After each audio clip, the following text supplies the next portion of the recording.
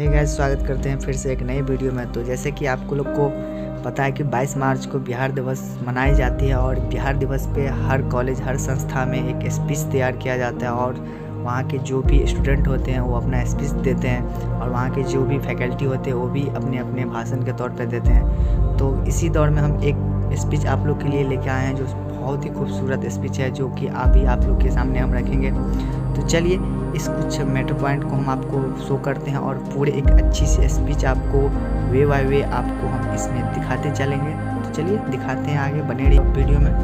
और जो भी अभी तक हमारे चैनल को सब्सक्राइब नहीं किए, सब्सक्राइब कीजिए, लाइक कीजिए।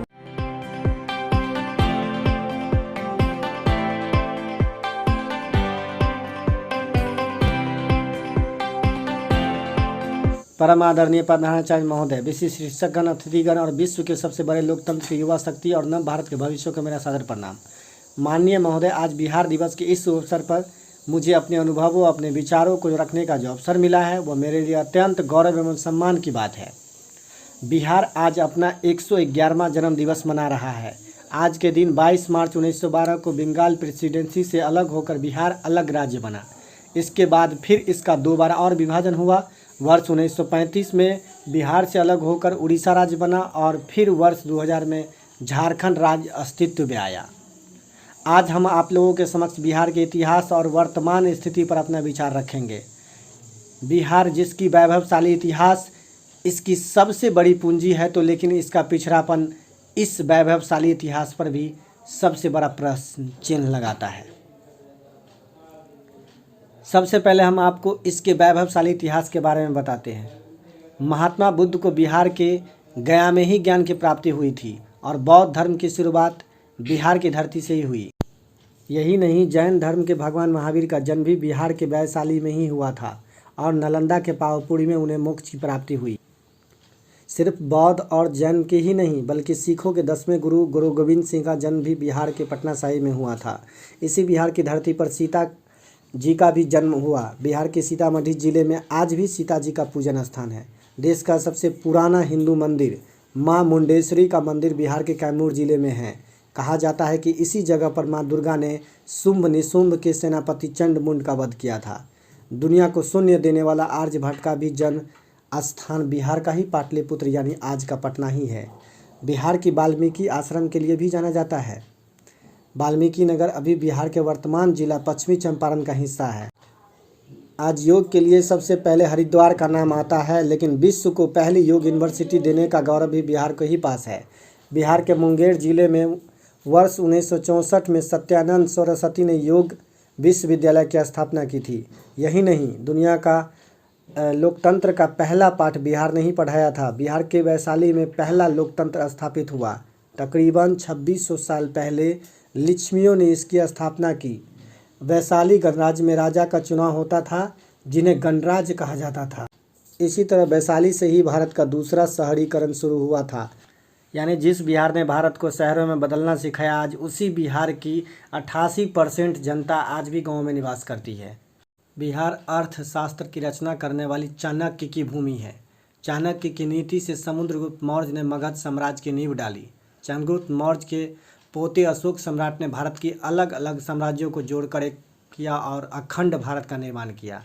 राष्ट्रपिता महात्मा गांधी की जन्मभूमि भले ही गुजरात हो, लेकिन उनकी कर्मभूमि बिहार है।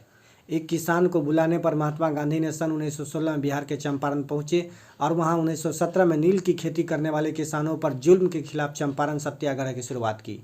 इसी बिहार की धरती पर रामधारी सिंह दिनकर, फणीश्वरनाथ रेणु, वान भट्ट और विद्यापति जैसे महान कवि हुए। ये वो सुनहरे पन्ने हैं जिन पर बिहार गर्व करता है और भी न जाने कितने सुनहरे पन्ने हैं जिन पर हमें गर्व है। अब हम अपनी बिहार की वर्तमान स्थिति को देखें तो इनके बहुत से ऐसे दृश्य हैं जो हमें बीमार बनाते हैं। सोचिए, आज बिहार को किन बातों के लिए जाना जाता है? बदहाल सड़कें, खराब स्वास्थ्य व्यवस्था, खराब शिक्षा प्रणाली और अपराध, ये सब चीज़ें आज बिहार की पहचान बन गई है। हमारे राज्य की सारी शिक्षकों की मवेशी जनगणना और शराब खोज अभियान में लगा दिया है। क्या अब यही दिन हमारे शिक्षकों को देखना बाकी रह गया था? आज कोई भी अपने बच्चों को बिहार भेजकर पढ़ाना नहीं चाहता। ऐसा क्यों? मैं आपको कुछ आंकड़ों के जरिए इन्हें बताना चाहूँगा। जहां देश की साक्षरता दर 74% है, वहीं हमारे राज्य की साक्षरता दर केवल 63% है। जहां देश भर में 23 बच्चों पर एक प्राइमरी शिक्षक है, वहीं राज्य में 36 बच्चों पर एक प्राइमरी शिक्षक है। अगर हाई स्कूल के स्तर की बात करें तो जहां देश भर में 17 बच्चों पर एक शिक्षक है, तो वहीं बिहार में 26 बच्चों पर एक शिक्षक है। उच्च शिक्षा में 14 से 23 वर्ष की बच्चों की संख्या देश भर में औसतन 25% है, तो वहीं बिहार में केवल यह 15%। 2014-15 की एक रिपोर्ट के अनुसार बिहार सरकार एक साल में एक बच्चा पर 5,000 रुपया खर्चा करती है, तो वहीं हिमाचल प्रदेश सरकार एक बच्चा पर सालाना 40,000 रुपये खर्चा करती है। जो बिहार हर साल सबसे ज़्यादा IAS IPS और इंजीनियर देश को देता है, वहाँ की शिक्षा व्यवस्था ICU में नज़र आती है। ICU में तो आएगी ही ना, यहाँ बिना परीक्षा में सम्मिलित हुए भी स्टेट टॉपर बन जाते हैं। बिहार में 27 इंजीनियरिंग कॉलेज, एक IIT, एक NIT और 5 मेडिकल कॉलेज है। फिर भी यहाँ के लोग अपने बच्चों को पढ़ाने के लिए कोटा, दिल्ली, बेंगलोर या दूसरे शहरों में, दूसरे राज्यों में भेजते हैं। इसकी सबसे बड़ी वजह है इन कॉलेजों से उठता हुआ भरोसा। 2020 के रिपोर्ट के अनुसार पूरे देश की प्रति व्यक्ति आय 1,35,000 रुपये है, जबकि बिहार की 43,822 रुपये है। देश की 31% आबादी शहरों में रहती है, वहीं बिहार में केवल यह 11% है।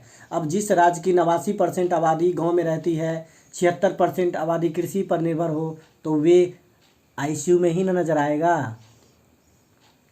स्वास्थ्य विभाग की देखें तो बिहार के अस्पतालों में जाने से पहले लोग भगवान को याद करते हैं। राज्य के सबसे बड़े अस्पतालों में भी मरीजों को कई बार इलाज नहीं मिल पाता और डॉक्टर का अपॉइंटमेंट मिलने में महीनों भर लग जाता है।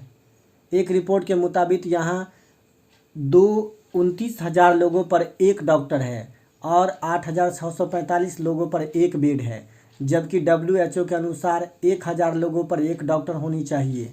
हमारे देश में जहाँ प्रति व्यक्ति स्वास्थ्य का खर्च 1,112 रुपये है, वहीं बिहार में 491 रुपये है। परमानेंट डॉक्टर पद 6,261 कार्यरत, जिसमें 3700 है।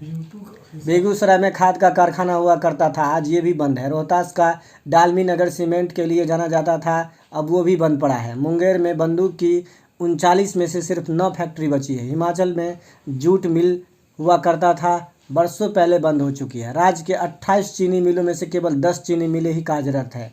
यहाँ की 7% आबादी युवा है, लेकिन पढ़ाई पूरी करने के बाद उसे ये पता ही नहीं होता कि नौकरी कहाँ और कैसे मिलेगी, अतः वह दिल्ली, मुंबई, कोलकाता जैसे शहरों की तरफ भागता है।